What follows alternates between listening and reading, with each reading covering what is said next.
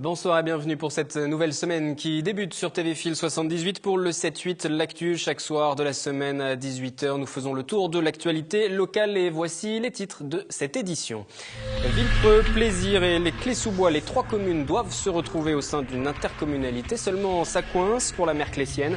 En attendant, ces deux homologues tenaient une conférence de presse conjointe cet après-midi. Coup d'envoi de la semaine du dépistage du sida en Ile-de-France. Des tests à résultats immédiats vont être effectués sur une centaine de lieux et notamment à Saint-Quentin en Yvelines. Les associations en danger, c'est en tout cas ce qu'estime un collectif citoyen qui appelait à une semaine de mobilisation. Les diminutions de subventions au cœur des discussions, notamment lors d'un café-débat à Morpas ce week-end. Nous y reviendrons sur ce plateau avec un membre du collectif. L'image du jour, la voici tournée à Bennes sur le camp militaire de la Frileuse. Une compétition de l'extrême baptisée Mud Day, comprenez, journée de la boue. Et il y en avait pour ces 13 000 participants qui se sont défiés autour des 13 km et 22 obstacles proposés. Les plus rapides n'ont eu besoin que d'une heure pour boucler ce parcours. C'est le groupe ASO, plutôt habitué au Tour de France et à l'Open de golf, qui est à l'origine du rendez-vous. Une première en France et qui fait beaucoup d'adeptes aux États-Unis. Les maires de Plaisir et de Villepreux ont réaffirmé lors d'une conférence de presse leur intention de constituer une intercommunalité à trois avec la ville des Clés-sous-Bois, comme la loi les y oblige, avant le 1er janvier 2014. Une conférence de presse qui s'est tenue tout juste une semaine après celle de Véronique Côté-Millard, la première magistrate des Clés, qui, elle, remet en cause ce mariage. Catherine Zulato, Patrick Jacques de Dixmude. Un mariage à deux, ce n'est parfois pas simple. Alors, à trois, quand il s'agit d'intercommunalité, les choses peuvent se corser. Il y a une semaine, Véronique Côté-Millard, la maire des Clés-sous-Bois, disait non à l'intercommunalité entre sa commune et celle de Plaisir et de Villepreux, au motif que cela va coûter cher à mettre en place et qu'elle est trop petite en nombre d'habitants. Ce lundi, les deux maires, Joséphine Cosson-Berger et Stéphane Mirambeau, tenaient une conférence de presse commune pour réaffirmer la nécessité de cette union. Vraiment aller dans ce sens de la mutualisation, pas du tout de la débauche bien financière, bien au contraire plutôt de l'économie et puis d'une rationalisation et d'un apport même supplémentaire par rapport aux attentes des plaisirs. Ça me paraît fondamental cette démarche. Je pense que cette interco va nous permettre de faire des choses qu'on n'aurait peut-être pas pu faire tout seul. Quand on voit les trois villes, moi je parlais de Villepreux, de Clés-sous-Bois, on a tellement de choses en commun que c'est une évidence. On n'arrive même plus à voir si on est dans l'une des villes ou l'autre. On a le lycée commun, la gare commune, nous avons les pompiers, donc ça a tout son sens d'être ensemble. Véronique Côté-Millard souhaite saisir un avocat pour faire invalider la décision préfectorale. Les maires tendent la main à leurs voisines. Je crois qu'il faut se préparer et avant de rentrer dans une opération de grande envergure, il vaut mieux se préparer sur quelque chose d'intermédiaire. Donc j'essaye pas de lui faire comprendre parce qu'elle le comprend très très bien, mais j'essaie de la convaincre et avec M. Mirambeau, on est vraiment dans cette dynamique-là. Moi je suis presque convaincue qu'elle viendra en tout cas assister aux réunions. La première priorité, c'est les statuts. Donc il va y avoir des réunions pour savoir dans cette intercommunalité les compétences qu'on transfère. Et il faut absolument, c'est dans ce cadre-là que la maire des Clés-sous-Bois soit avec nous. Sinon nous pouvons décider aujourd'hui, et si c'est cela, à deux, mais ça n'a pas de sens. Les trois communes doivent donc présenter leur projet d'ici la fin de l'année. 2 à 3 réunions sont déjà programmées.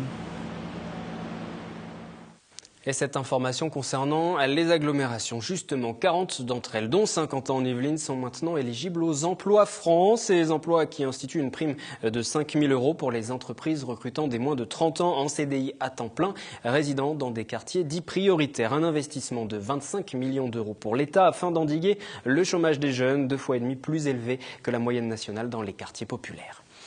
Dépister rapidement le VIH. Lancement aujourd'hui d'une semaine dédiée à ces flash tests à l'initiative de l'Agence régionale de santé, de SIDAction et de la région Île-de-France. Plusieurs lieux vont accueillir les associations partenaires, dont le centre commercial de Saint-Quentin en Yvelines. HF Prévention qui intervient reçoit en général entre 100 et 150 personnes sur son stand. Le reportage de Yolène Thorez et de Jonathan Villeman. Bonjour, on propose un test de dépistage rapide, c'est anonyme, c'est gratuit et la réponse est immédiate, si ça vous intéresse. Une piqûre sur le doigt et la réponse est donnée immédiatement. L'association HF Prévention va directement chercher les gens pour leur proposer un test de dépistage. On va commencer le test. Vous voyez, tout est unitaire. 2-3 gouttes de sang sont prélevées puis mélangées à des réactifs. 1 minute après, la personne sait tout de suite si elle est séropositive ou non. comme j'avais déjà fait mon test il y a 6 mois, je n'ai pas d'appréhension. Je vais faire le test quand même pour savoir si depuis il n'y a pas eu de changement. Moi, je passais ici par hasard, je ne savais pas qu'ils y étaient.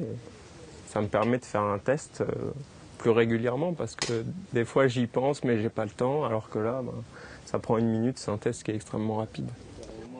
Avant cela, passage obligé avec les animateurs de l'association. Ils rappellent quelques règles de prévention et de réduction des risques. Dans un centre de dépistage classique, 2 personnes sur 1000 ont été dépistées séropositives depuis le début de l'année dans le département. HF Prévention, en se déplaçant sur les universités, les cœurs de cité ou les centres commerciaux comme ici, en a dépisté en moyenne presque 10 fois plus. On se rend bien compte que le centre de dépistage anonyme et gratuit, c'est quand il y a une prise de risque, que les gens y vont, ils n'y vont pas forcément spontanément. Or aujourd'hui, il y a entre 50 et 60 000 personnes qui sont séropositives mais qui ne connaissent pas leur statut sérologique. Dans le cadre de la semaine Flash Test, l'association continue son périple jusqu'à dimanche. Ce mardi, elle sera à l'étang du Cora à Saint-Germain-en-Laye jusqu'à 21h. D'accord, merci beaucoup. Mais je vous en prie, ça fait un plaisir. Et n'hésitez pas à tourner le mot à tous vos amis et tout ça. Je leur dirai de passer. Merci beaucoup. Merci. Bonne journée. Vous aussi. Au revoir.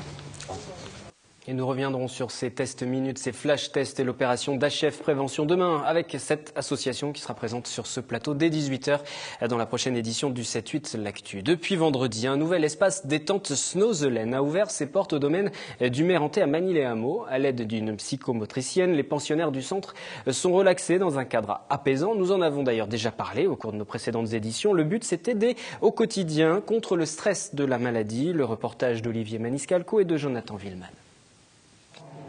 Inauguration vendredi dernier de l'espace Snozelaine au domaine de Mérentais à Magny-les-Hameaux. Cette salle de relaxation et de bien-être propose un accompagnement complémentaire aux personnes souffrant de la maladie d'Alzheimer ou d'autres handicaps mentaux. L'idée est de faire appel aux 5 sens du corps humain afin de calmer l'anxiété et le stress que peut engendrer la maladie. Colonne à bulles, fibre optique, musique douce ou diffuseur d'huiles essentielles vont permettre de créer une ambiance agréable et ainsi détendre les patients. Je pense que ça peut apporter beaucoup à des personnes comme les personnes âgées atteintes d'Alzheimer, qui sont parfois désorientées ou qui sont un peu perdues. Ça peut vraiment les aider à se recentrer. Je pense que c'est une bonne chose. C'est d'une part un espace et un temps où les personnes peuvent vraiment se poser et ressentir des choses qu'elles ne ressentent pas forcément, des odeurs qui peuvent leur rappeler des souvenirs, etc. Après, ça n'aura pas un effet magique sur cette maladie. À l'initiative du groupement médico-social Girondicap de Saint-Quentin et avec l'aide financière du Lions Club de Montigny, la méthode Snozelaine d'origine hollandaise n'offre donc pas de remède miracle à la maladie. Elle propose néanmoins plusieurs fois par semaine un havre de paix aux patients pour alléger leur quotidien. Des restrictions budgétaires pour l'État et les collectivités. Ce sont les associations qui s'inquiètent. Sans soutien des pouvoirs publics et avec des chutes de subventions annoncées, nombre d'entre elles s'apprêteraient tout simplement à fermer. Un collectif d'associations citoyennes a vu le jour. Une pétition circule actuellement et une semaine de sensibilisation vient de se dérouler à travers la France, notamment à Maurepas. Lors d'un café-débat, nous étions présents. Les images sont d'Élodie Moine. Quelle place pour les associations? Un enjeu de société est d'ores et déjà une réalité très concrète puisque nombre d'entre elles voient leur avenir s'assombrir, victimes de coupes budgétaires de l'État et des collectivités. Tout au long de la semaine, une mobilisation nationale est organisée par le collectif des associations citoyennes et ce samedi matin, à Maurepas, un café-débat était ainsi proposé. Invité de ce rendez-vous ouvert à la population, le conseiller général socialiste Ismaïl Aval. Au niveau du conseil général, je me suis battu avec les services, on s'est entendu avec le président et je dois dire qu'en tout cas sur le canton de Maurepas, sur les associations qui m'ont sollicité, nous avons pu maintenir le financement et pour certaines qui étaient en difficulté à très court terme de préservation de leur activité, on a pu maintenir l'activité. Une pétition a été lancée et le collectif entend aussi obtenir des engagements fermes de la part des politiques. Pour les municipales, ce qu'on aimerait bien, c'est que les maires qui vont venir aux commandes en mars prochain soutiennent l'initiative des associations, plutôt que mettre en concurrence les associations pour mettre en œuvre une prestation. Ça, c'est bien pour le milieu économique, ça s'appelle les marchés publics. D'autres rendez-vous de ce type sont prévus à Elancourt dans le courant du mois d'octobre.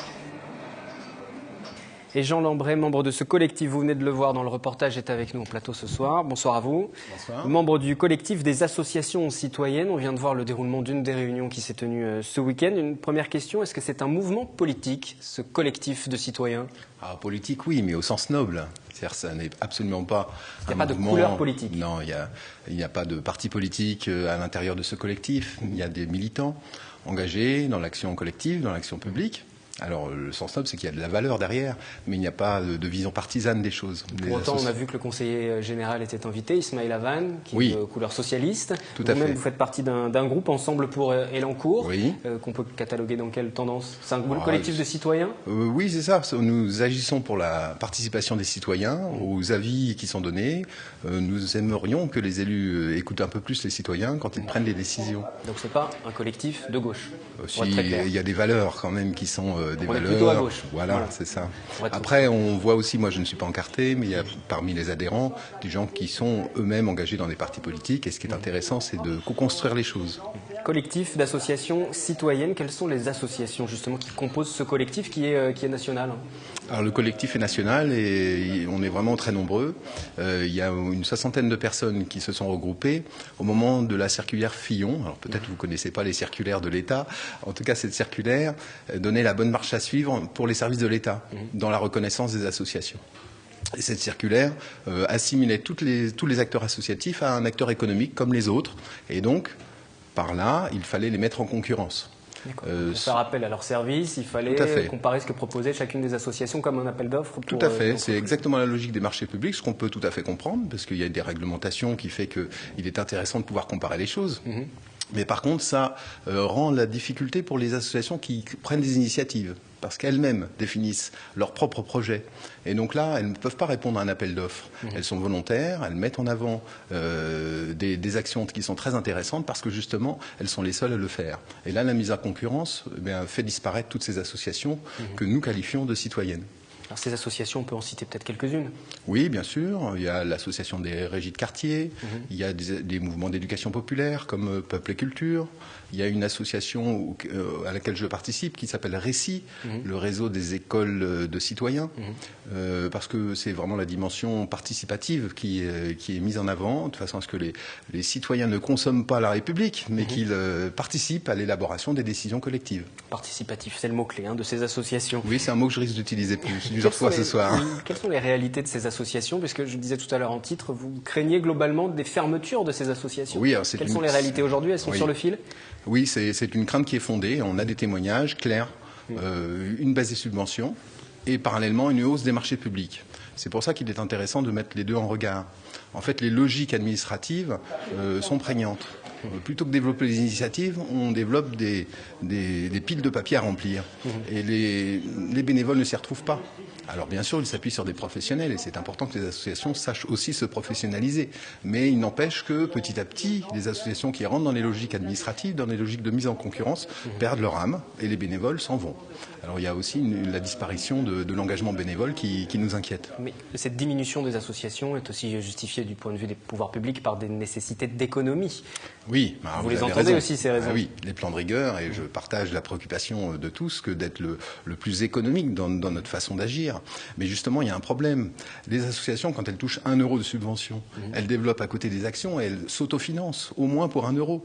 Donc quand vous faites disparaître 10 000 euros de subvention, il y a 20 000 euros d'actions qui disparaissent derrière. Donc il y a aussi une vision économique que nous partageons. Le service qui est rendu par les associations citoyennes est vraiment particulier. S'il disparaît, alors il y a vraiment des pans entiers de services qui vont disparaître. Alors comment on fait des économies dans ce schéma? Quelles sont vos solutions? Quelles sont vos propositions? Je crois qu'il ne faut pas se passer d'aucune idée. Toutes les idées sont bonnes. Et justement, il faut développer l'initiative.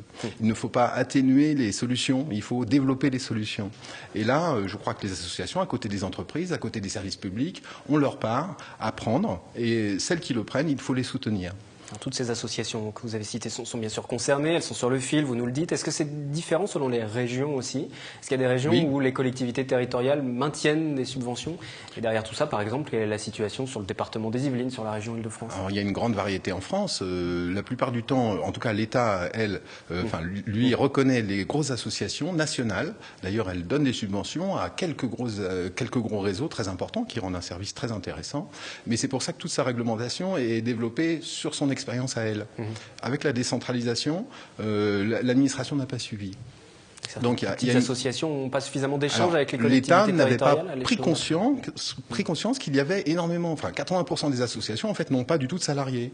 Et ça, l'État ne peut pas en avoir conscience parce que ça n'est pas sa réalité à lui. Par contre, les élus locaux, eux, ont bien pris conscience qu'il y a beaucoup d'associations qui rendent beaucoup de services et qui n'ont pas de personnel. Donc vous êtes entendu sur cette question-là par ces élus locaux, justement? Oui, les élus locaux répondent bien, ils se rendent bien compte de l'importance que de favoriser le bénévolat, parce que là, pour le coup, c'est économique, plutôt que de demander à des professionnels, il y a une complémentarité à trouver, des actions nouvelles, en général, tout ce qui est innovation, il n'y a pas toujours les métiers qui permettent de le déterminer. Il y a une pétition qui est en cours. Oui. Le collectif citoyen aussi était reçu à Matignon, c'était le 10 juillet dernier. Quel écho vous avez trouvé auprès de Matignon? On a eu des échos très positifs, que ce soit par le cabinet de la ministre de la Jeunesse et des Sports et de la Vie associative, ou bien par le Premier ministre. Ils comprennent bien qu'il y a un décalage entre les exigences administratives, les exigences juridiques et la réalité des associations citoyennes. Donc là, à ce niveau-là, il y a un certain nombre de progrès qui vont être faits très rapidement et on est très content d'avoir été entendus. Quelles sont les avancées? Alors, par exemple, très concrètement, il y avait une charte qui définissait les bonnes relations, un code de bonne conduite entre l'État et les associations. Eh bien, à l'avenir, cette charte deviendra un code de bonne conduite entre l'État, les collectivités locales et les associations. C'est une très bonne chose parce que la mise à disposition de locaux, d'un ordinateur, d'une photocopieuse sont des choses très concrètes qui peuvent tout à fait soutenir beaucoup d'associations. Les choses avancent, pour autant vous en demandez un petit peu plus encore. Quelles sont vos attentes? Eh bien là, depuis 3 ans, on observe vraiment une montée des marchés publics et une baisse de subventions. On espère inverser la tendance. Avec la loi sur l'économie sociale et solidaire, il est possible que le statut de la subvention soit mieux défini et que pour le coup, ça sécurise un petit peu les élus qui veulent soutenir des associations locales qui n'entrent pas du tout dans le jeu de la concurrence et pour lesquelles les règles des marchés publics s'appliquent très mal. Donc ça, ce sera pour nous vraiment un progrès. Et vous allez faire poids pendant ces élections municipales? Vous allez essayer de vous faire entendre parce qu'en général, c'est le moment où tout le monde se fait entendre. On a des idées qui semblent bonnes puisqu'on a de bons échos avec des élus de tous bords. Donc on va essayer de favoriser le fait que les élus locaux présentent un programme qui prenne en compte la spécificité des associations de façon à pouvoir les soutenir très simplement. Et avec une prise d'engagement concret justement en cas de victoire, parce que bien évidemment on fait beaucoup de promesses pendant des campagnes. Oui, mais ça on connaît cette situation particulière. Non, mais il y a des choses concrètes. Les élus, les futurs élus veulent l'intérêt général. Et ils ont bien compris que l'association développait la conscience de l'intérêt général. Vous savez, les statuts de l'association, c'est assez simple. Il faut être deux et il faut avoir un objet commun. Alors, pour avoir un objet commun, il faut commencer par discuter de ses intérêts individuels et communs. Et là, c'est le début de la citoyenneté. Donc, je suis tout à fait serein pour le fait que les élus, petit à petit, comprennent mieux la place que les associations peuvent jouer et qu'ils n'aient pas peur non plus du rôle de contre-pouvoir que les élus associatifs peuvent avoir. C'est très intéressant de l'altérité des points de vue, de façon à pouvoir arriver à l'intérêt général. Justement, est-ce qu'ils saisissent cette opportunité de s'impliquer dans des associations pour faire de la politique autrement? Oui, tout à fait. Il y a beaucoup d'élus qui sont issus du monde associatif, vous le savez. Je crois que c'est une excellente école. Et en parlant d'école, justement, je pense qu'il est possible d'améliorer l'éducation qu'on propose aux enfants pour qu'eux-mêmes prennent des initiatives. L'école française est brillante pour la transmission des savoirs, mais pour apprendre à agir avec l'autre, pour apprendre à entreprendre dans le cadre de la société, elle n'a pas encore donné toutes ses qualités. Prochaine étape, pour conclure, c'est une réunion que vous allez organiser sur Élancourt, ce sera le 12 octobre. C'est ça, samedi 12 octobre, cette fois-ci à Élancourt, au 7 Mars, au café-restaurant L'Antares. On va débattre de la dynamique du quartier. On est content de voir que des jeunes vont habiter bientôt dans les logements pour étudiants. C'est la politique micro-locale. Voilà, c'est ça. Et ça commence, il n'y a pas d'espace, c'est du global au local. Là, pour ce quartier, on va aller à la rencontre des habitants, on va leur raconter, nous, notre façon de voir les choses, on va en discuter, et puis chacun se forgera un avis. Pour les municipales, on verra quand les candidats seront connus, et on verra leur programme, dans quelle mesure ils ont repris nos idées. Merci à vous d'être venu ce soir nous parler donc de ce collectif d'associations citoyennes. Je le rappelle, cette pétition et ce rendez-vous au niveau local sur Elancourt le 12 octobre prochain. Merci à vous. Je vous remercie beaucoup. Ismaël Havane, vous l'avez reçu lors de votre café débat ce week-end. Vous l'avez entendu d'ailleurs tout à l'heure dans le reportage. Et puisqu'il était présent à ce café débat, nous avions souhaité revenir avec lui sur cette question de l'investiture du PS qu'il sollicite pour les prochaines municipales. Nous lui avons demandé ce qu'il pensait aussi d'une éventuelle candidature du maire sortant Georges Mougeot, un ancien socialiste. Écoutez sa réponse. S'il souhaite se représenter ou il doit se représenter, c'est sa décision personnelle, en son âme et conscience et en fonction de ses aspirations. Donc je n'ai pas de commentaire à faire sur ce sujet-là. C'est une décision qui lui appartient et quelle que soit la décision qu'il prendra, je la respecterai. Et de toute façon, il a déjà donné un échéancier. Il a dit qu'il donnera sa décision d'ici la fin de l'année. Donc attendons. Attendons donc le Grand Prix international d'échecs de Paris. C'est parti en revanche. Le rendez-vous se déroule à Elancourt, à la commanderie des Templiers en ce moment et jusqu'au 5 octobre. 12 des meilleurs joueurs mondiaux sont présents, dont les numéros 2 et 3 français. 120 000 € sont à remporter. Le public peut assister aux duels qui débutent chaque jour à partir de 15 h. Les épreuves sont aussi proposées en ligne sur le site de la Fédération internationale d'échecs.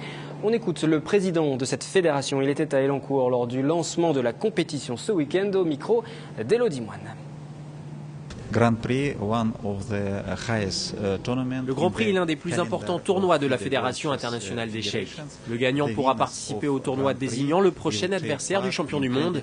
C'est pourquoi c'est si important pour les joueurs présents ici de l'emporter, et ce qui en fait l'un des 10 plus grands prix du monde. L'an prochain, nous organiserons plusieurs compétitions d'échecs majeures en France et à Paris. Ce n'est que le commencement aujourd'hui. Tennis à présent, il s'appelle Niels de Saint. Il est 240e joueur mondial. Il a remporté ce dimanche le tournoi de tennis futur de plaisir après s'être fait un peu peur en fin de match. Retour sur une finale 100% belge avec Anthony Reich et Élodie Moine. Pendant près d'une heure et demie, il a semblé être perdu sur le court plaisirois. Pourtant, Maxime Otten connaît bien les lieux pour sa 4e participation au tournoi futur de plaisir. Le Belge était tête de série numéro 1. Mais voilà, de l'autre côté du filet, son compatriote Niels de Saint, 240e joueur mondial, réalise la meilleure saison de sa carrière. Dès les premiers jeux, ce colosse prend à la gorge son adversaire, s'appuyant sur une excellente première balle. Jusqu'à 6-4, 5-1, de Saint réalise le match parfait, mais au moment de conclure, cela a failli se finir en mauvaise histoire belge. Le grand Niels se met à jouer petit bras. Maxime Otten revient à 5-4, mais la tête de série numéro 2 du tournoi se sauve finalement grâce à son service. Score final 6-4, 6-4. De Saint succède ainsi au Français Marc Jiquel. Il gagne là son 3e tournoi futur de la saison et va se rapprocher de la 200e place mondiale. Je suis très content que c'était un objectif d'arriver en finale parce que j'étais tête série numéro 2. Bon, de toute façon, tout le monde joue bien, donc c'est pas facile non plus. Et je suis très content de gagner parce que c'est la première fois qu'ici que je joue bien. Avant, j'ai pas bien joué. Je pense que j'ai fait le tournoi deux ou trois fois et c'était jamais bien. Dans le tableau féminin, l'expérimentée Aurélie Védy a dû s'arracher en 3-7 pour venir à bout de la prometteuse Gaëlle Despérier, 6-3, 4-6, 6-4. Les basketteurs français champions d'Europe après leur victoire en finale 80-66 sur la Lituanie hier soir. Vous n'avez sans doute pas échappé à cette nouvelle folie qui s'empare de l'Hexagone et ses sportifs qui multiplient les plateaux télé. Certains d'entre eux sont d'ailleurs des habitués du territoire yvelinois. Boris Diaw est déjà venu par le passé à Saint-Quentin en Yvelines. Il a réalisé un clip avec un rappeur local. Il est aussi venu disputer un tournoi de golf pour son association caritative sur le site du Golf National. Quant à Nicolas Batum, que vous avez aperçu il y a quelques instants, il a assisté en 2011 à la préparation à trappe de l'équipe de France de basket des moins de 20 ans. Félicitations donc à eux. Et justement, comment réagissez-vous à ce succès des tricolores? Vos réponses au micro de Patrick Jacques de Dixmude. C'est génial, ça représente la France à l'étranger, donc quelque part c'est le prestige du pays aussi. J'étais vraiment très contente pour eux, parce qu'ils attendaient ça depuis très longtemps. Et finalement ils ont gagné. Persévérance, voilà. Comme quoi dans la vie, il faut toujours persévérer. Je pense que c'est une magnifique victoire. Les basketteurs français étaient très dynamiques, ils en voulaient beaucoup, et puis c'est un spectacle intéressant. Moi, j'ai pensé que c'était, bon, c'est un sport que j'aime bien, où ça va vite, où les juges en général sont honnêtes. Et puis j'ai trouvé l'équipe de France, remarquez, face à eux, ils n'avaient pas des, comment dirais-je, des joueurs faciles. Hein. D'où, comment dirais-je, il y a eu un vers célèbre de Corneille, à vaincre sans péril, on triomphe sans gloire. Donc là, vraiment, il y avait péril, ils ont vaincu, c'est très bien. D'où la gloire. Ça m'a fait plaisir. Maintenant, ce que ça m'inspire, rien de particulier, mais ça m'a fait plaisir surtout pour les joueurs, quoi. Ça faisait un petit moment qu'ils couraient après. Une belle victoire, effectivement. Fin de cette édition du journal Le 7-8. L'actu revient demain, mardi, 18h en direct. Replay sur notre site internet. Excellente soirée. Si vous êtes amateur de sport, de basket plus particulièrement, rendez-vous aussi tout au long de la soirée de ce lundi avec Anthony Reich et son 7-8 Sport. Je vous dis donc à demain. Excellente soirée.